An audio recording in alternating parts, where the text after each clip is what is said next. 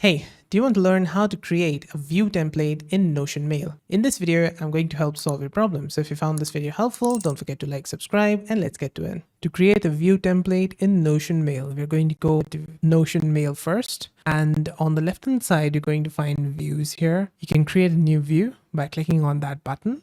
And you can also go for these suggested ones, or you can describe your view. That we can do from auto label as well. We're going to click on configure manually. If you want to learn about auto label, there will be a playlist on the right hand side with more Notion Mail tutorials. So you can see from there. Next up, we can configure a view manually. So we can click on this and we can apply filters to this view. So if the emails are social emails or not, social media emails or not. So you can click on is, you can save this into this new view and you can rename this view, change the icon of this like here, give a different color.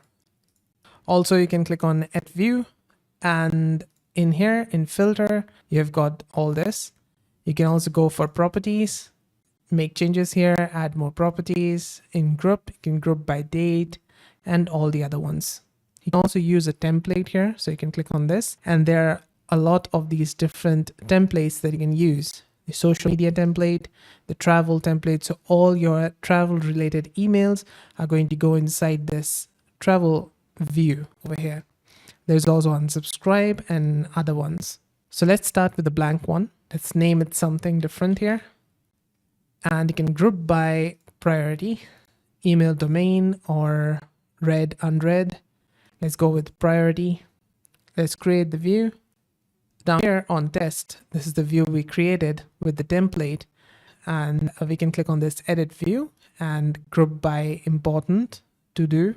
These are all over here in the view. So I can remove the grouping as well.